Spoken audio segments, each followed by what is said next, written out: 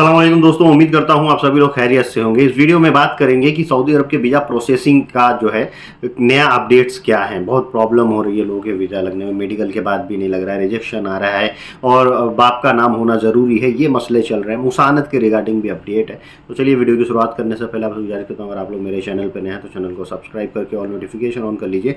Facebook Instagram अभी तक follow नहीं किया तो आप मुझे फॉलो कर सकते हैं। सबसे पहला सवाल लेना चाहूँगा एक आज़ाद अहमद करके, करेंगे सलाम भाई सलाम, हमारा वीज़ा स्टैम्प हो गया है लेकिन टिकट नहीं हुआ है, मेडिकल एक्सपायर हो गया। क्या मतलब, ये कहने का मतलब ये है कि मेडिकल एक्सपायरी पे था, इनका वीज़ा लग गया, वीज़ा लगने के बाद 3 महीने की वैलिडिटी होती है उसमें, लेकिन ये समझ ये रहे हैं कि हमारा मेडिकल एक्सपायर अगर हो गया उसके बाद हम ट्रैवल कर सकते हैं क्या।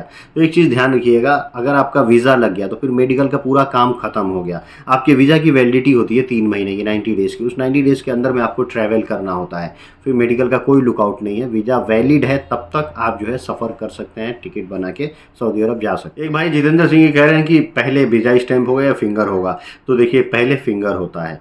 अगर इसी में मैं आप लोगों को अपडेट भी दे देता हूं कि क्या क्या प्रॉब्लम चल रही है।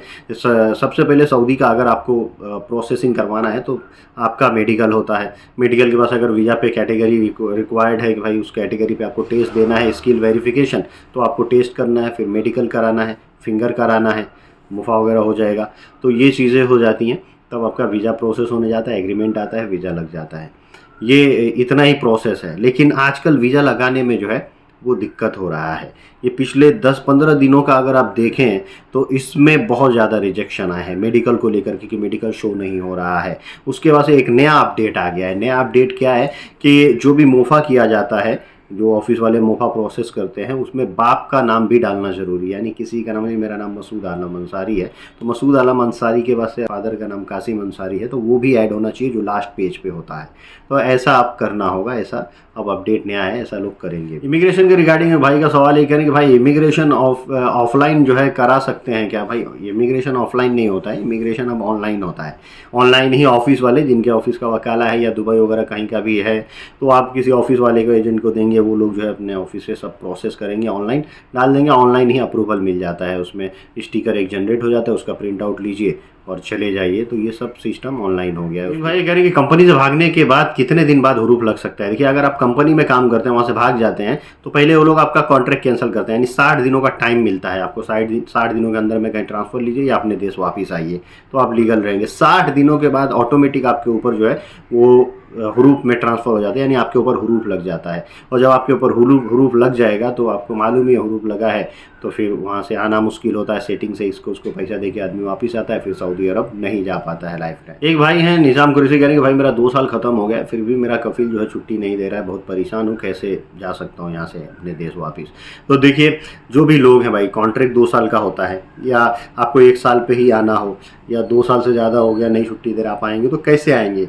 तो एक ही लीगल तरीका होता है मात्र, वो होता है आपका कफील आपका फाइनल एग्जिट लगा दे, आपका इकामा वगैरह वैलिड है तो, या आपकी छुट्टी लगाए, तब आप जो है अपने देश वापस आ सकते हैं। बिना इसके नहीं आ सकते हैं। हाँ, दूसरे जो तरीका होते हैं सेटिंग वाले, जो आप लोगों को पैसा वगैरह दे के वहाँ पे एजेंट्स हैं, वो आपका सारा प्रोसेस करा देते हैं, एम्बेसी से पासपोर्ट भी दिलवा देते हैं, आउट पास जिसको बोलते हैं। अगर पासपोर्ट कफील नहीं दे रहा है तो आपके पास नहीं है तो एग्जिट भी लगवा देते हैं और आप जो है चले आते हैं। ये भी एक प्रोसेस, ये भी होता है, उसमें पैसा खर्चा होता है, देना पड़ता है। लेकिन इसमें वो लोग कुछ ना कुछ वायलेशन आपके ऊपर डलवा देते हैं, कुछ ना कुछ सेटिंग से करते हैं।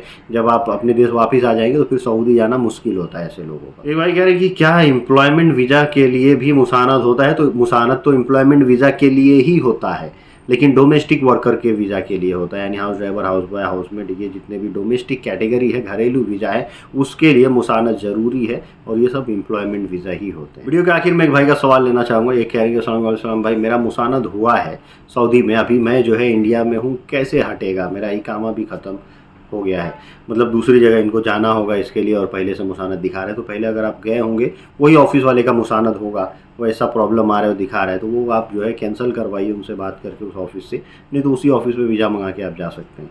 ये एक अलग चीज़ है। एक भाई ने जो है इसमें जवाब भी दिया है कि पासपोर्ट कॉपी क्यों दूसरे को शेयर करते हो। ये भी सही बात है, लेकिन अगर मैं आदमी हूँ, मुझे जाना है, तो मैं किसी न किसी ऑफिस वाले को, किसी न किसी एजेंट को तो पासपोर्ट और डॉक्यूमेंट तो शेयर करूँगा ना, कि मेरा अप्लाई करा दो, कहीं सिलेक्शन करवा दो। तो अभी एजेंट लोग क्या करते हैं ना, जैसे उनको डॉक्यूमेंट मिलता है और आदमी बोलता है मुझे हाउस ड्राइवर हो जाना, वो लोग पहले ही मुसानत करवा देते हैं। ताकि हम इसको अटका के रखें। ये एक टेक्निक जो है एजेंट लोग यूज़ करते हैं। हालांकि ये गलत है, मुसानत कराने में कोई पैसा नहीं लगता है, डिलीट करने में कोई पैसा नहीं लगता है, फिर आदमी मना करता है तो उससे ये लोग पैसा ऐंठते हैं, यानी स्कैम करते हैं। ये चीज़ें भी देखी गई हैं। आज की वीडियो में तो यही समाप्त, मिलते हैं अगली वीडियो में। Thank you guys, thank you for watching.